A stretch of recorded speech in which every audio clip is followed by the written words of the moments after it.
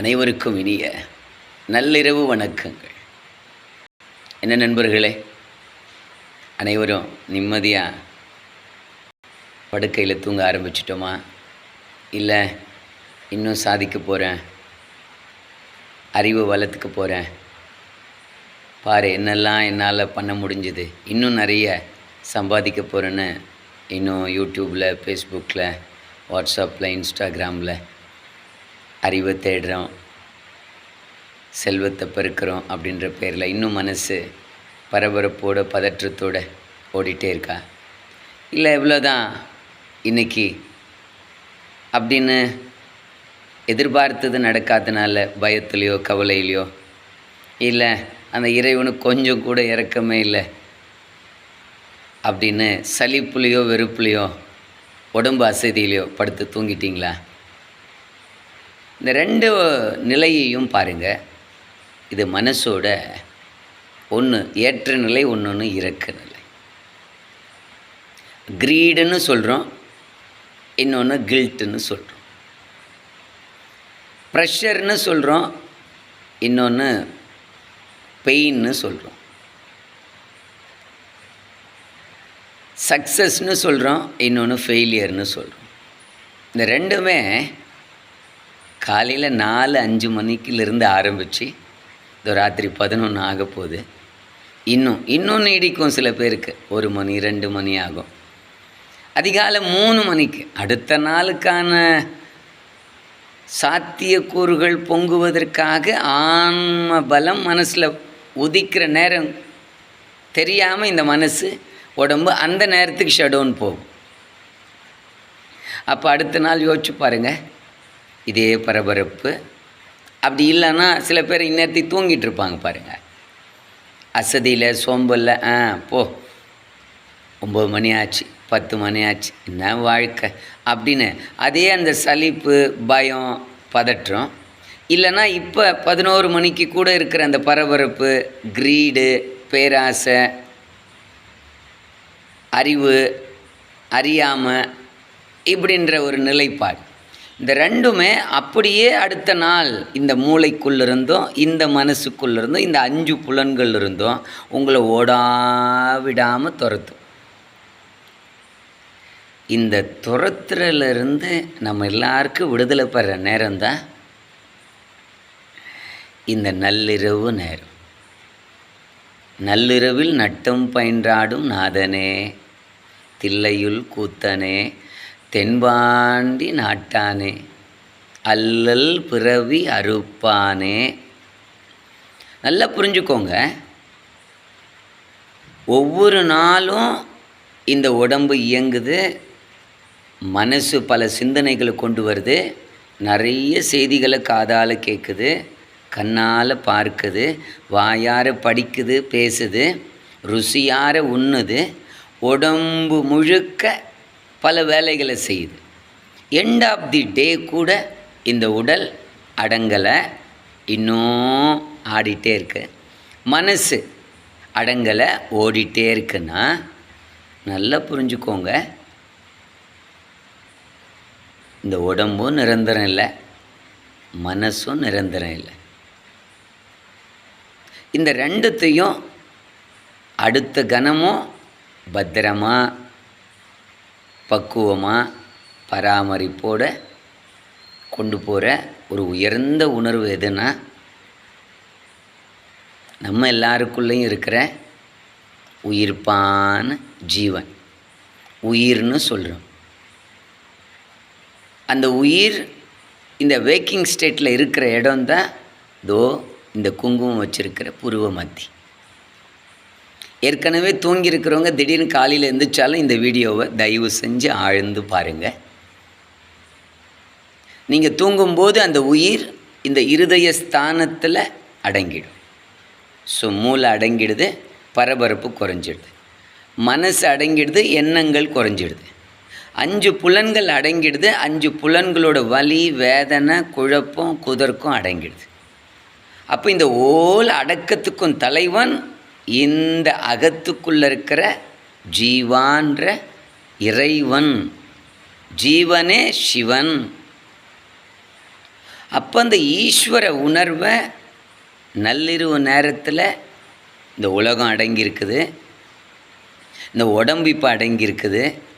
அப்போ கொஞ்சம் இந்த மனசை, அறிவு, ஆர்ப்பாட்டம், நான் பண்ணுறேன் பார், நான் முடிக்கிறேன் பார், இன்னும் நிறைய பேருக்கு நான் அதை செய்கிறேன் பார், இதை செய்கிறேன் பார் அப்படின்னும் இல்லாமல், இவ்வளோதான் முடியும், எனக்குன்னு இவ்வளோதான், வாழ்க்கையே இப்படித்தான், வீடு நடக்கிறது நடக்கட்டும் அப்படின்னு சலிப்பு தட்டுற மனசையும்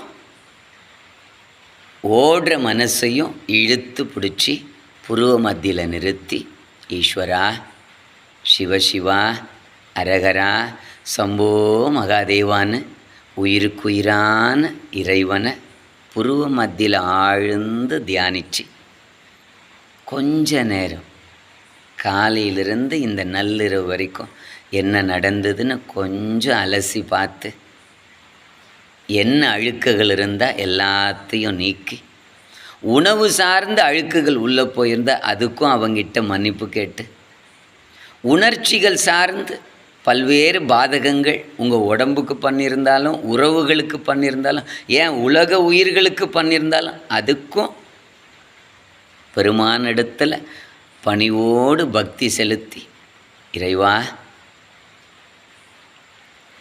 நீ அல்லால் தெய்வம் இல்லை, எனது நெஞ்சே நீ வாழும் எல்லை அப்படின்னு ஆத்மார்த்தமான அன்புல மூழ்கி கருணையோடு நன்றியோடு உங்கள் மனசையும் புலன்களையும் புத்தியையும் அகங்காரம் அப்படின்ற நான், எந்து, அறிவு, அனுபவம், ஆராய்ச்சி அப்படின்ற ஓயாத அறியாமையையும் நெஞ்சு ஸ்தானம்னு சொல்லப்படுகிற பொட்டு வைக்கிற மூன்றாவது கண்ணில் விழிப்புணர்வோடு ஈஸ்வரனை பார்த்து நம்ம எல்லாரும் சரணாகதியில் மூழ்கிறதுக்கு பேர் தான் தியானம்னு சொல்கிறோம். அன்பு உறவுகளே, நள்ளிரவு தியானம் உங்களோட மன சபையில் மகாதேவனோட ஆட்டத்தை கண்டு கழிப்பதற்கான ஒரு அற்புதமான நேரம். தயவு கூர்ந்து இந்த கணம் இதை பார்க்கிறவங்க செவி குளிர கேட்டு கண்ணார கண்டு வாயார ஓம் என்ற அந்த பிரணவ மந்திரத்தை மானசீகமாக உச்சாடனம் செஞ்சு உங்கள் மனசையும் உடம்பையும் கிரீடையும் கில்ட்டையும் சக்ஸஸையும் ஃபெயிலியரையும் மகிழ்ச்சியும் கவலையையும் இன்பத்தையும் துன்பத்தையும் தயவு செஞ்சு சமநிலை செஞ்சு மனசை அமைதியில் விட்டுட்டு அதுக்கப்புறம் ஆழ்ந்து தூங்க போங்க. இன்னும் இந்த மனதின் ஆழத்தில் இருக்கிற அளவில்லாத அந்த ஞானம்னு சொல்லப்படுகிற இறைவனோட அறிவு உங்கள் அறிவாக நாளைக்கு உதிக்கும். இறைவனோட செல்வம் உங்கள் செல்வமாக நாளைக்கு உங்ககிட்ட வந்து சேரும். இறைவனோட பேராற்றல் உங்கள் உடம்பு முழுக்க சக்தியாக பெருகி ஓடும்.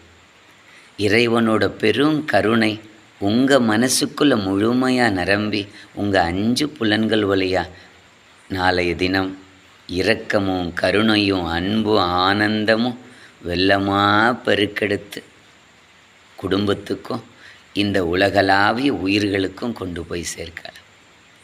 ரொம்ப அழகாக வள்ளல் பெருமான் சொல்லுவார், எங்கே இயற்கையில் கருணை உள்ளன அங்கே விளங்கிய அருட்பெருஞ்சோதி. அந்த அருட்பெருஞ்சோதின்ற உயிர்ப்பான சூடு தான் நம்ம எல்லாருக்குமாக ஒரு உருவம் எடுத்து வந்திருக்கு. அது மகா கணபதி, அது சுப்பிரமணியா, அது சூர்யா, அது சந்திரா, அது கிருஷ்ணா, அது அம்பாள் பார்வதி, அது மகாதேவா நடராஜா, அது குரு. குரு குருவே சரணம், குருவே தெய்வம், குருவே துணை. அன்பு உறவுகளே, எல்லோரும் ஆழ்ந்து கண்களை மூடி ஆழமாக மூச்சு உள்வாங்கலாம். ரொம்ப நிதானமாக விடுங்க. இன்கேல் எக்ஸேல். புருவ மத்தியில் கவனத்தை நிறுத்தி ஓம் என்ற மந்திரத்தை 3 முறை உச்சாடனம் செய்யலாம்.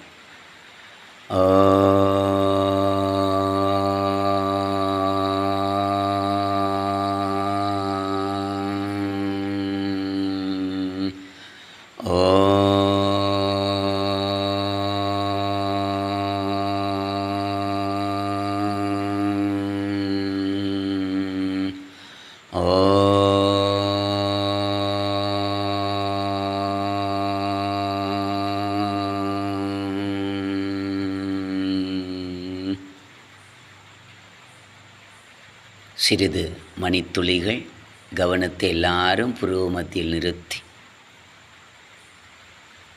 அன்போடு பக்தியோடு அமைதி இறைவனிடம் பிரார்த்தனை செய்து இனிமையான உணர்வில் தூங்கச் செல்லலாம். சுவாமி நம்ம கூடவே இருக்காங்க, ஆனந்தமாக இருக்கலாம். Be blissful.